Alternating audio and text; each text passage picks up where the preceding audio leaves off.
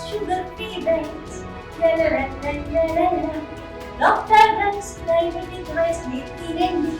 Gannavaram MLA యారగడ్డ Venkatarao గారు ఉన్నారు, మాట్లాడదాం. సార్, ఏమనిపిస్తుంది మహానాడుకి అటెండ్ అవ్వడం? మీరు అధికారంలోకి వచ్చిన తర్వాత ఒక పండగలాగా జరుగుతుంది, ఏమనిపిస్తుంది?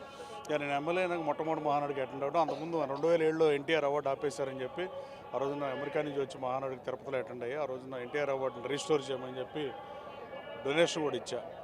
రాబోయే కాలంలో ఎన్టీఆర్ అవార్డుని మళ్ళీ ఇస్తారని భావిస్తూ, అలాగే ఈ మహానాడు ఎన్టీ రామారావు పుట్టినరోజు సందర్భంగా నాకు ఎన్టీ రామారావు ఫ్యాన్ నేను, అందుకే నేను అవార్డు ఆపేశారని నేను ఆ రోజున అమెరికా నుంచి వచ్చి మరి డొనేషన్ ఇచ్చా. అవార్డుని అట్లీస్ట్ పార్టీ అన్న ఇమ్మని ఆ రోజున 2007 మహానాడులో.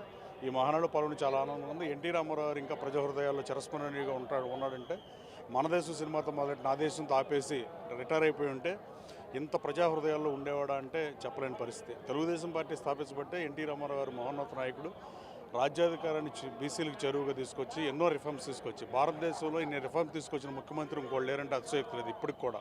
అలాగే పార్టీ పెట్టిన 9 నెలలు అధికారంలో తీసుకొచ్చి బడుగు బలహీన వర్గాల కోసం తన పార్టీ ద్వారా సేవలు అందించిన ఎన్టీఆర్ని ఇంకా ప్రజలు వాళ్ళ మధ్యలో పెట్టుకున్నారు.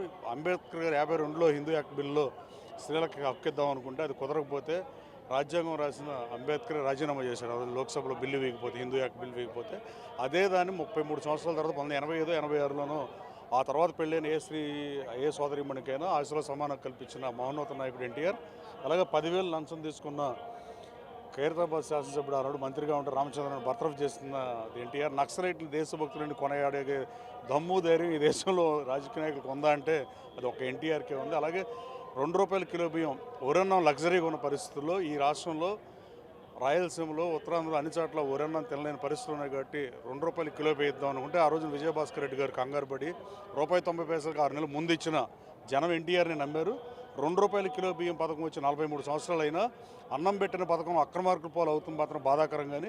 ఇంకా ఆ పథకాన్ని తీసే సాహసం కూడా ఏ ప్రజాప్రభుత్వం చేయలేదంటే దట్ ఈజ్ ఎన్టీఆర్. అలాగే మహానాడు సందర్భంగా ఎన్టీ రామారావు జయంతి మహానాడులో ఎమ్మెల్యేగా గెలిచి ఆయన పార్టీ స్థాపించిన పార్టీ నుంచి ఎమ్మెల్యే గెలిచి మాట్లాడడం ఆనందంగా ఉంది. Thank you. లోకేష్ గారికి మహానాడులో కొంత కీలక పదవి, ఎందుకంటే మీలాంటి నేతలందరూ కూడా కొంత ఆయనతో ఎక్కువగా ఇంటరాక్ట్ అవుతుంటారు లోకేష్ గారితో. లోకేష్ గారికి కొంత బాధ్యతలు ఇస్తే బాగుంటుందని అభిప్రాయం వ్యక్తం అవుతుంది.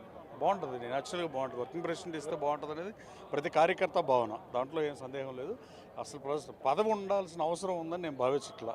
ఎవరికైనా అంటే పనిచేసే వాళ్ళకి పదవి అలంకారప్రాయమే. కానీ ఇప్పుడు 6 శాసనాలు లోకేష్ బాబు ప్రధాన కార్యదర్శిగానే పెట్టాడు. ఈ 6 శాసనాలతో రాబోయే కాలంలో మరిన్ని దశాబ్దాల పాటు తెలుగుదేశం పార్టీ తెలుగు ప్రజలకు సేవ చేస్తున్న ముందుండటానికి తెలుగుదేశం పార్టీని అప్గ్రేడ్ చేసినట్టుగా నేను భావిస్తున్నాను. Okay, thank you sir. మొత్తంగా అయితే మహానాడుకు సంబంధించిన విషయంలో ఎన్టీ రామారావు స్థాపించినటువంటి పార్టీ, అదేవిధంగా ఆయన ప్రారంభించిన పథకాలన్నీ కూడా ఇప్పటికీ చిరస్థాయిగా నిలిచిపోయాయి కాబట్టి ఎన్టీఆర్ ఇంకా ప్రజల గుండెలో ఉన్నారని చెప్తున్నారు. తెలుగుదేశం పార్టీ రాబోయే రోజుల్లో లోకేష్ సారథ్యం అవసరం ఉంది. అంతేకాదు పార్టీ కోసం ఆయన చేస్తున్న కృషిని కూడా అందరూ చూస్తున్నారు కాబట్టి పదవులు లేకపోయినా ఆయన అదేవిధంగా పనిచేస్తారని యార్లగడ్డ వెంకటరావు చెప్తున్నారు. Camera person ప్రసాద్తో Rayesh RTV Mahanadu నుండి. ఇండియా పాకిస్తాన్ తాజా అప్డేట్స్ కోసం డౌన్లోడ్ చేసుకోండి RTV లైవ్ యాప్.